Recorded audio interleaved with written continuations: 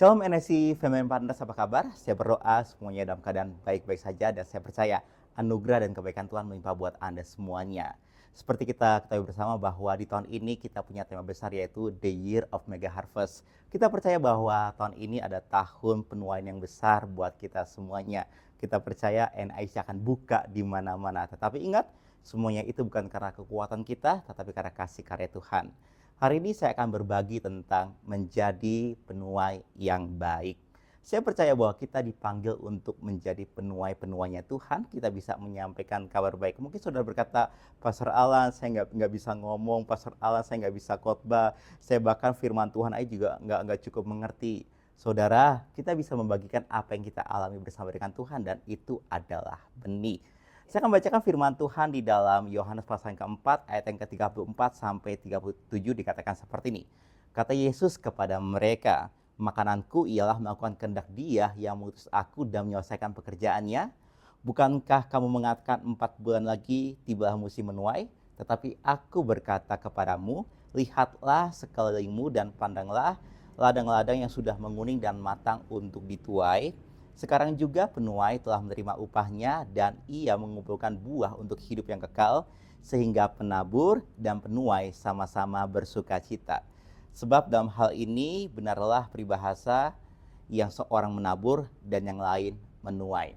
Di sini kita bisa melihat bagaimana Tuhan Yesus sedang mengajarkan prinsip kepada murid-muridnya bahwa hai, lihat orang-orang yang ada di sekitarmu. Mereka butuh untuk mendengarkan kabar baik karena sebelumnya Tuhan Yesus menyampaikan kabar baik kepada seorang wanita Samaria, dan ketika wanita ini mendengarkan kabar baik, dia mendengarkan janji Tuhan atas hidupnya, akan hidupnya.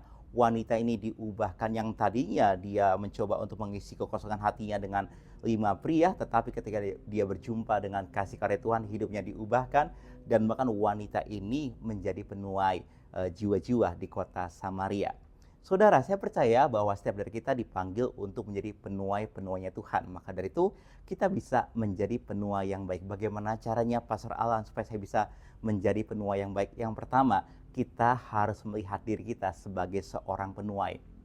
Maksudnya seperti apa? Ya, kalau kita tidak pernah melihat diri kita sebagai seorang penuai, kita tidak mungkin bisa menuai jiwa-jiwa. Kita tidak mungkin bisa untuk menaburkan kabar baik. Yuk belajar melihat diri kita sebagai penuai jiwa-jiwa. Tapi saya nggak bisa khotbah, saya nggak jago khotbah. Tenang, kita bisa membagikan kisah hidup kita bersama dengan Tuhan, dan itu percaya, yakinlah saudara bahwa waktu kita membagikan cerita kita, story kita kepada orang lain, kita sedang menaburkan benih bagi orang itu, dan saya percaya benih yang ditaburkan tidak akan pernah kembali dengan sia-sia. Nah, bahkan firman mengatakan bahwa Tuhanlah yang menyediakan benih bagi para penabur dan roti untuk dimakan. Jadi kalau kita melihat diri kita sebagai seorang penuai, sebagai seorang penabur, maka saya percaya anugerah yang akan menolong kita, anugerah yang akan memampukan kita untuk kita bisa bercerita tentang apa yang Tuhan sudah kerjakan bagi kita. Sama seperti dalam kisah ini, wanita Samaria ketika dia mengalami perjumpaan dengan Tuhan, waktu hidupnya diubahkan oleh kasih karya Tuhan, dia tidak peduli lagi akan status sosialnya. Dia pergi ke kota dan berkata, hai, lihat kemari, aku berjumpa dengan Mesias. Dia menceritakan apa yang dialami, dan singkat cerita, banyak orang datang kepada Yesus. Dan luar biasanya saudara, KKR atau mungkin benih revival yang ada di kota Samaria itu dimulai karena pelayanan wanita Samaria ini. Nah, kalau kita melihat di dalam kisah para rasul, ada seorang yang bernama Filipus. Ketika dia pergi ke kota Samaria, ada tanda-tanda heran. Orang lumpuh bisa berjalan, orang buta bisa melihat, orang mati dibangkitkan. Ada tanda-tanda ajaib. Mengapa? Karena ada benih yang ditaburkan di kota Samaria. Oleh siapa? Oleh wanita Samaria.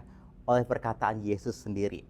Nah, yuk di tahun ini kita belajar, kita serahkan kehidupan kita kepada Tuhan. Kita serahkan pengetahuan kita kepada Tuhan. Kita serahkan apa yang kita punya kepada Tuhan dan izinkan Tuhan memakai apa yang kita miliki.